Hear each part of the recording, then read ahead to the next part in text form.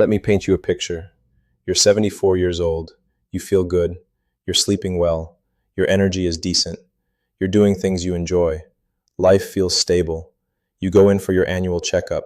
Routine. Nothing unusual. Your doctor looks at your chart and says, "You know what? Let's run a few tests, just to be safe." 6 weeks later, you're sitting in a surgeon's office. Not because you felt sick, not because anything was wrong, but because those just to be safe tests found something. And that one finding triggered a chain reaction your 74-year-old body was never meant to handle. Now suddenly, the life you were quietly enjoying looks very different. That story happens far more often than most people realize.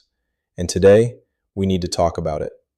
My name is Dr. Saad, and this is Senior Strength Lab, where I help adults over 60 understand what the research really says about their health in plain, simple language. What I'm about to share doesn't come from one opinion or one textbook.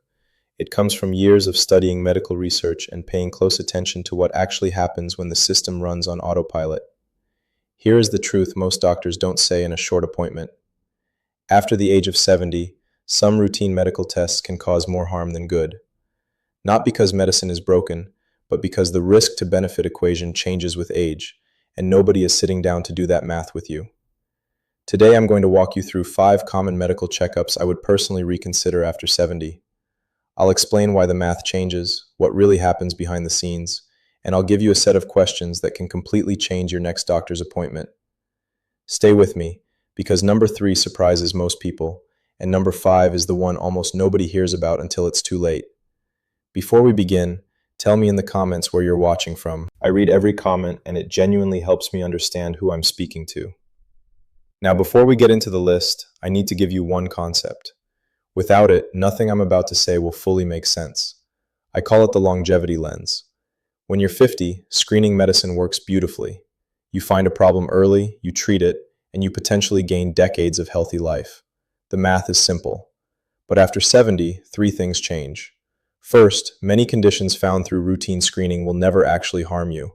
They grow slowly, cause no symptoms, and you will likely outlive them. But once they appear on a report, medicine feels the need to act. Second, your body's tolerance for procedures drops. A surgery that's easy at 55 can become a long, difficult recovery at 75, sometimes with complications that reduce independence. Third, the cascade effect. One test leads to another, then a procedure, then a complication. And suddenly, a person who felt completely fine is now dealing with a serious medical situation that started with a test they didn't need. Keep that in mind as we go through this. The first checkup is routine colonoscopy after 75. If you've had clean results before, no symptoms, and no family history, routine screening at this age is often not recommended. The risks increase, especially from the preparation, which can lead to dehydration and dangerous electrolyte imbalances. In more serious cases, there's a risk of colon perforation, which can require emergency surgery. At the same time, many colon cancers found at this age grow so slowly that they would never affect your life. A safer option to discuss with your doctor is a non-invasive stool-based test, done yearly. The second is aggressive cancer screening like PSA tests and mammograms in low-risk individuals. Cancer screening can save lives, but after 75, there's a major issue called overdiagnosis. That means detecting cancers that would never grow enough to cause symptoms or shorten your life. But once something is labeled cancer, treatment usually follows. And that treatment can come with side effects that reduce your quality of life, without actually helping you live longer. One simple but powerful question to ask your doctor is, if we find something, would we actually treat it at my age? The third is routine cardiac stress testing without symptoms. This sounds like a smart precaution, but the reality is different. These tests can have a high false positive rate, meaning they often suggest a problem when there isn't one. That false alarm can lead to more invasive procedures like angiograms or stents, each with their own risks. And major studies have shown that in many cases, these interventions don't improve outcomes compared to managing the condition with medication and lifestyle changes. If you have no chest pain, no shortness of breath, and no symptoms, focusing on blood pressure, cholesterol, movement, and sleep is often far more beneficial.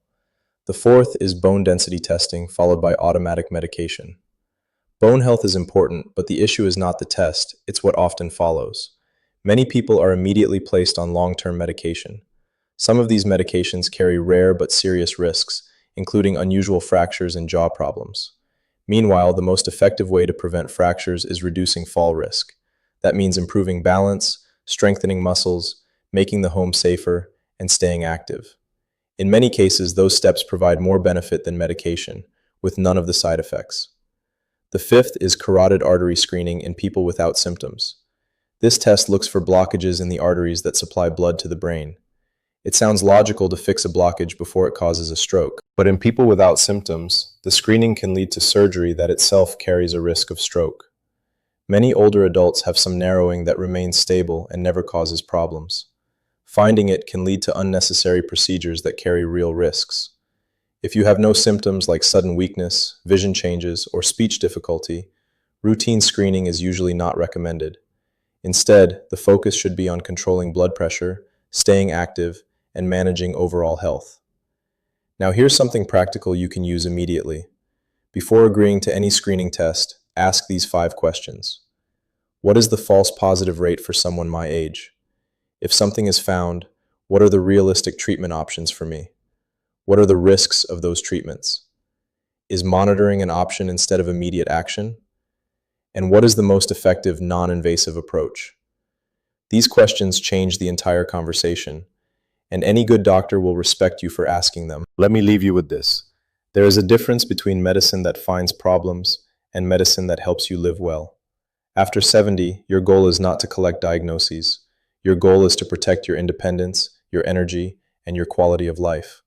The best care is not always about doing more. Sometimes it's about knowing when to do less. You have the right to understand what a test is for, what happens if something is found, and whether that will truly improve your life.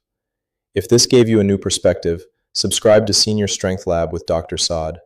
I make videos every week to help you stay strong, independent, and informed. And tell me in the comments, have you ever had a routine test that led somewhere unexpected?